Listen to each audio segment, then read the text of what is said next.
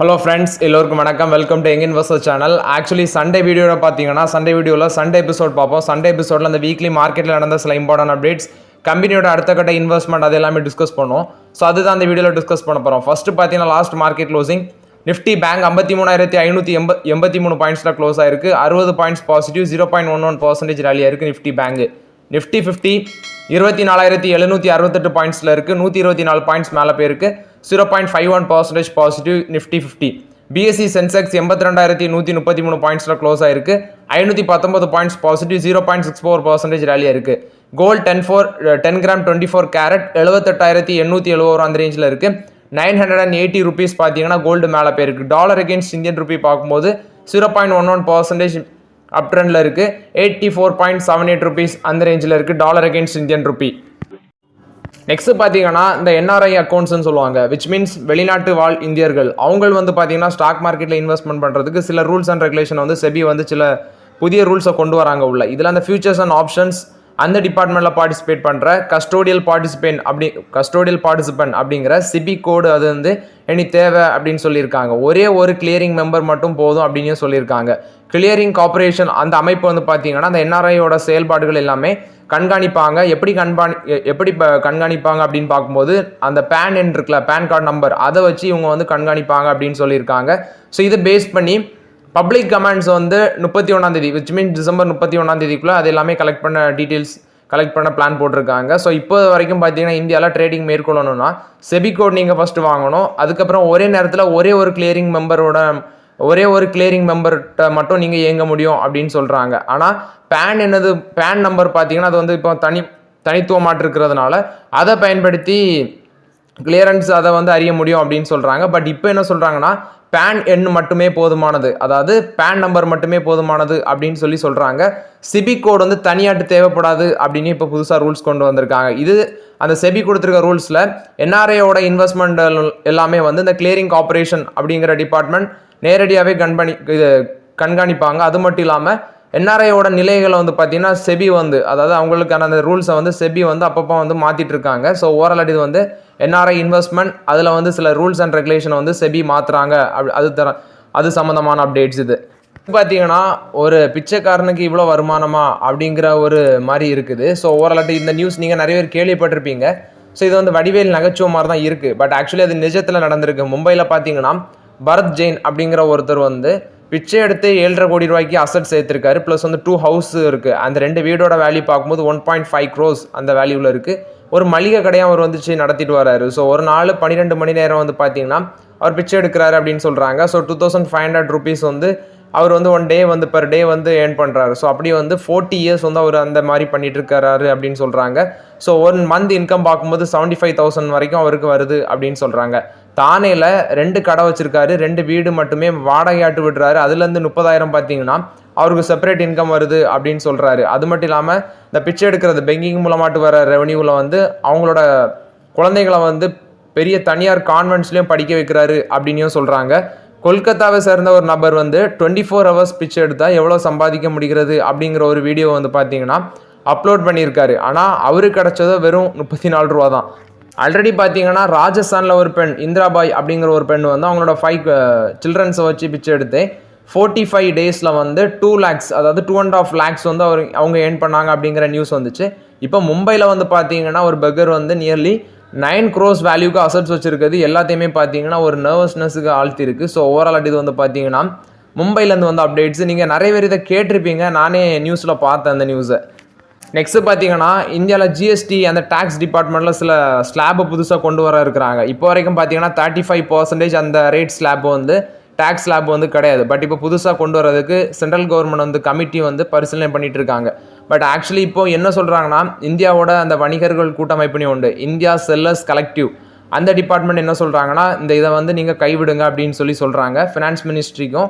Plus வந்து GST council இந்த கூட்டத்துக்கு அந்த கவுன்சிலுக்கு அவங்க கோரிக்கையாடு வைக்கிறாங்க. இதில் சொல்கிறது அந்த ஆல்கஹால், நெக்ஸ்ட் சிகரெட்ஸ், நெக்ஸ்ட் வந்து டொபாக்கோ ப்ராடக்ட்ஸ், இதுக்கு எல்லாமே என்ன சொல்கிறாங்கன்னா 35% வரைக்கும் டேக்ஸ் போடும். ப்ளஸ் வந்து அந்த ஏரேட்டட் ட்ரிங்க்ஸ் அதுக்கும் 35% டேக்ஸ் போடும் அப்படின்னு சொல்கிறாங்க. இதனால தான் ஒரு நாள் இந்த எஃப்எம்ஜி ஸ்டாக்ஸ் எல்லாம் போட்டு பொழந்து கட்டினாங்க. ஸோ 21 வந்து பார்த்தீங்கன்னா ராஜஸ்தானில் இருக்கிற ஜெய்சலமர் அங்கே வந்து 55th ஜிஎஸ்டி கவுன்சில் மீட்டிங் நடக்குது.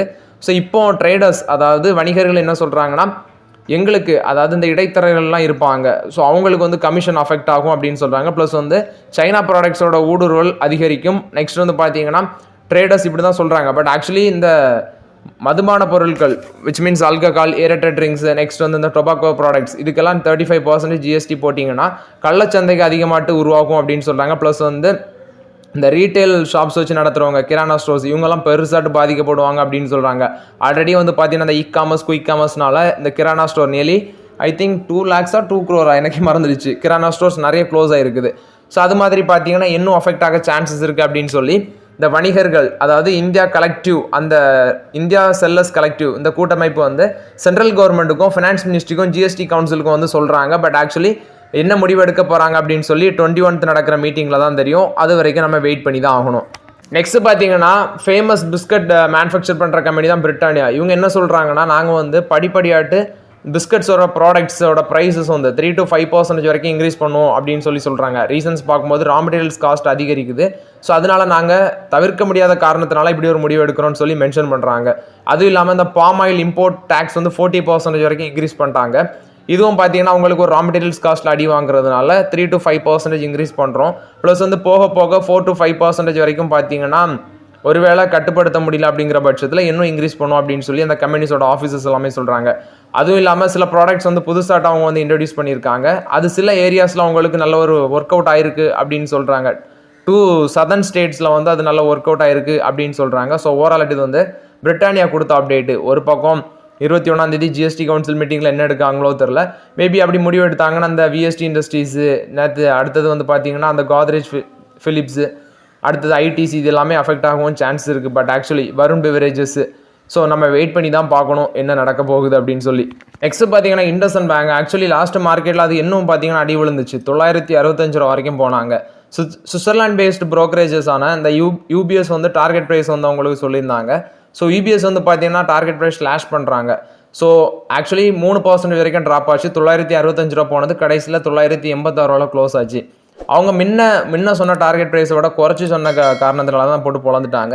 1150 ரூபாய்ட்டு அந்த டார்கெட் ப்ரைஸ் வந்து பார்த்தீங்கன்னா குறைச்சிட்டாங்க. ஸோ ஓவராலாட்டு அவங்க நியூட்ரல்லேருந்து பார்த்தீங்கன்னா அதை குறைச்ச பட்சத்தில் இந்த ஸ்டாக்கை போட்டு அடிச்சிருக்காங்க. பட் ஆக்சுவலி இன்னும் ஸ்டாக் அடிவுள்ள சான்சஸ் இருக்குது.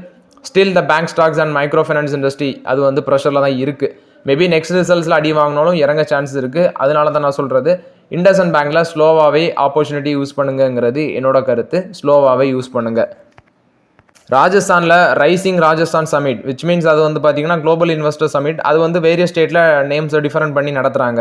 ஸோ அந்த மீட்டிங்கில் வந்து என்ன சொல்லியிருக்காங்கன்னா ஓயோட ரிட்டேஷ் அகர்வால் சிஇஓ அவர் சொல்கிறது ராஜஸ்தானில் பார்த்தீங்கன்னா new hotels every 2 to 3 days வந்து நாங்கள் எக்ஸ்பேண்ட் பண்ணுறோம் அப்படின்னு சொல்லி அவர் சொல்லியிருக்காரு.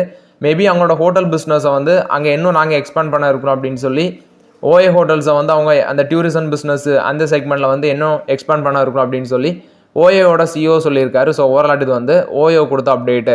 நெக்ஸ்ட் பார்த்தீங்கன்னா power grid, KEC international, Hitachi energy, Siemens, GE, Vernova, TD அடுத்தது வந்து டிரான்ஸ்ஃபார்மர்ஸ் அண்ட் ரெக்டிஃபைஸ் இந்த ஸ்டாக் எல்லாமே பார்த்தீங்கன்னா ஒரு லாங் டேர்மில் பெனிஃபிட் அடைய சான்சஸ் இருக்குது. ஃபேக்டர்ஸ்னு பார்க்கும்போது turbo charging, transmission, distribution space இந்த செக்மெண்ட் வந்து ஒரு 10 yearsல ஒரு நல்ல வளர்ச்சி இருக்கும் அப்படின்னு சொல்லி சொல்கிறாங்க. பட் ஆக்சுவலி இந்த ஸ்டாக்கில் சில ஸ்டாக்ஸை வந்து நான் ஃபோக்கஸ் பண்ணுறேன். ஸோ நான் பவர் கிரிட்டு, கேஇசி இன்டர்நேஷனல் இதெல்லாமே நம்ம கண்டினியூஸாக டிஸ்கஸ் பண்ணுறது.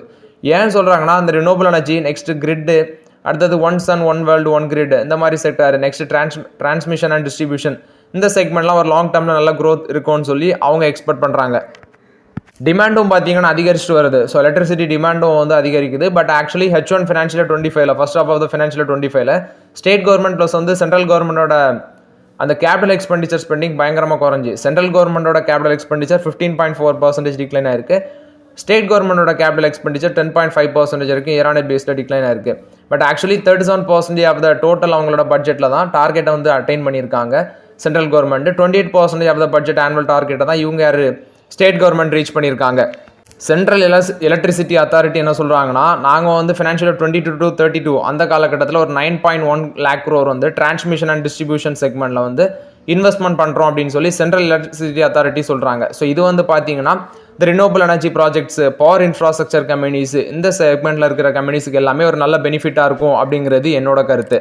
நெக்ஸ்ட் எக்ஸைட் இண்டஸ்ட்ரீஸ், ஆக்சுவலி அவங்களோட ரிசல்ட்ஸ் பார்க்கும்போது ஜனவரி 28 வருது அப்படின்னு சொல்லியிருக்காங்க எக்ஸைட் இண்டஸ்ட்ரீஸு. ஸோ நம்ம வெயிட் பண்ணி பார்க்கலாம் எப்படி ரிசல்ட்ஸ் போஸ்ட் பண்ணுறாங்க. ஏன்னா அவங்க வந்து ரீசென்ட்லி அவங்களோட சப்சிடரியில் 100 crores நியர்லி இன்வெஸ்ட்மெண்ட் பண்ணியிருக்காங்க. டோட்டலாட்டு 3052 கோடி அதில் போட்டிருக்காங்க. ஸோ வெயிட் பண்ணி பார்க்கலாம். ரைட்ஸ் இஷ்யூ மூலம் மட்டும் 100 கோடி ரைஸ் பண்ணி இன்வெஸ்ட்மெண்ட் பண்ணாங்க.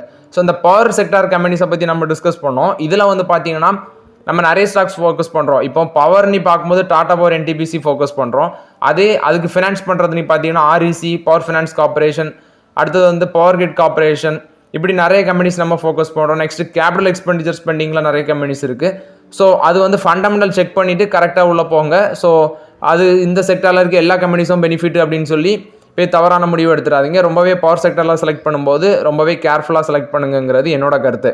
நெக்ஸ்ட் பார்த்தீங்கன்னா நிதி ஆயோக்கோட முன்னாள் தலைமை செயல் அதிகாரி, G20 அமைப்போட ஷெர்பாவாட் இருந்தவர் தான் அமிதாப் காந்த். இவர் என்ன சொல்கிறாருன்னா, இந்த பெட்ரோல் நெக்ஸ்ட் டீசல் கார்ஸோட பயன்பாட்டை வந்து பயங்கரமாக எதிர்க்கிறாரு. ஸோ அது இல்லாமல் பீப்புள்ஸ் எல்லாமே எலக்ட்ரிக் கார்ஸை வாங்குங்க அப்படின்னு சொல்கிறாரு. ஸோ டெல்லியில் நடந்த கிரீன் பாரத் அப்படிங்கிற ஒரு உச்சி மாநாட்டில் பேசியிருக்காரு. ஸோ அவரோட அலுவலக காரே பார்த்தீங்கன்னா டாடா நெக்ஸான் தான், அதாவது டாடா நெக்ஸான் அப்படின்னு சொல்லியிருக்காரு. மஹேந்திராவோட ஈவி காருக்காக அவர் வெயிட் பண்ணுறாரு அப்படின்னு சொல்லியிருக்காங்க. ஸோ ஓவராலாக அவர் சொல்கிறது ஒவ்வொரு இந்தியன்ஸும் வந்து எலக்ட்ரிக் கார்ஸை பர்ச்சேஸ் பண்ணணும் அப்படின்னு சொல்கிறாரு. ஆக்சுவலி எலக்ட்ரிக் கார்ஸ் தான் பார்த்தீங்கன்னா அந்த எலக்ட்ரிக் கார்ஸ் டிபார்ட்மெண்ட் ஒரு ஃபியூச்சரில் இந்த ஈவிங்கிறது ஃபியூச்சரில் ஒரு நல்ல டெவலப்மெண்ட் இருக்கும். ஸோ அதில் தான் நிறைய பேர் வந்து இன்வெஸ்ட்மெண்ட் பண்ணிட்டு வராங்க. Renewable energy, charging infrastructure, cars மட்டும் இல்லாமல் அது ரிலேட்டட் ப்ராடக்ட்ஸ் எல்லாத்துலேயுமே இன்வெஸ்ட்மெண்ட் பண்ணிட்டு வராங்க. இந்தியாவில் ப்ரைவேட் டிபார்ட்மெண்ட்டும் சரி, அது மாதிரி கவர்மெண்ட் டிபார்ட்மெண்ட்டும் சரி, அந்த டிபார்ட்மெண்ட்டில் வாங்குற கார் எல்லாமே ஈவி காராக தான் இருக்கணும் அப்படின்னு சொல்லியிருக்காரு. ப்ளஸ் வந்து இது கவர்மெண்ட் வந்து நிறைய இப்போ பஸ்ஸஸ்லாம் வாங்குறாங்க, அது ஏன் மின்சார கார்களாட்டு வாங்கக்கூடாது அப்படின்னு சொல்லி அவர் கொஸ்டின் ரைஸ் பண்ணியிருக்காரு. சைனாவில் 50% மின்சார வாகனங்கள் இருக்குது, அதே ஐரோப்பாவில் 10% இருக்குது, இந்தியாவில் வெறும் 2% மட்டும்தான் எலக்ட்ரிக் கார்ஸாக இருக்குது அப்படின்னு சொல்லி இந்த அமிதாப் அவர் சொல்லியிருக்காரு. 60% ஆஃப் த எலக்ட்ரிக் கார்ஸ் வந்து இந்தியாவில் 2030 எட்ட வேணும் அப்படிங்கிற அந்த டார்கெட்டை எட்டணும்னு சொல்கிறாரு. 2035 100% எலக்ட்ரிக் வெஹிக்கிள் அப்படிங்கிற டார்கெட்டை அட்டைன் பண்ணணும் அப்படின்னு சொல்லி அவர் சொல்லியிருக்காரு. ஆனால் இதெல்லாமே அவர் சொல்கிற மாதிரி உடனெலாம் நடக்குதுங்கிறது ரொம்பவே டவுட் தான். ஏன்னா இந்தியாங்கிறது வந்து பார்த்தீங்கன்னா எல்லாருமே ஒன்றும் ரிச் கிடையாது. ஸோ அதுவும் இப்போ எலக்ட்ரிக் கார்ஸ் வாங்கிட்டு நம்ம ரொம்ப தூரம்லாம் ட்ராவல் பண்ண முடியாது இப்போ இருக்க சார்ஜிங் இன்ஃப்ராஸ்ட்ரக்சர்லாம் வச்சுட்டு. ஸோ அது எல்லாமே ஒரு லாங் டைமில் தான். மேபி ஒரு சொல்கிற மாதிரி 2035 அட்டைன் பண்ண முடியுமாங்கிறது $1 million கொஸ்டின். நம்ம அதுக்கு வெயிட் பண்ணி தான் பார்க்கணும். ஸோ ஓகே ஃப்ரெண்ட்ஸ், ஆக்சுவலி இந்த வீடியோவில் சில இம்பார்ட்டன்ட் அப்டேட்ஸ் எல்லாமே டிஸ்கஸ் பண்ணோம். இந்த வீடியோ உங்களுக்கு பயனுள்ளதாக இருக்குன்னு நினைக்கிறேன். பயனுள்ளதாக இருந்துச்சுன்னா லைக் பண்ணுங்கள், சப்ஸ்கிரைப் பண்ணுங்கள், கமெண்ட் பண்ணுங்கள். Okay friends, thank you.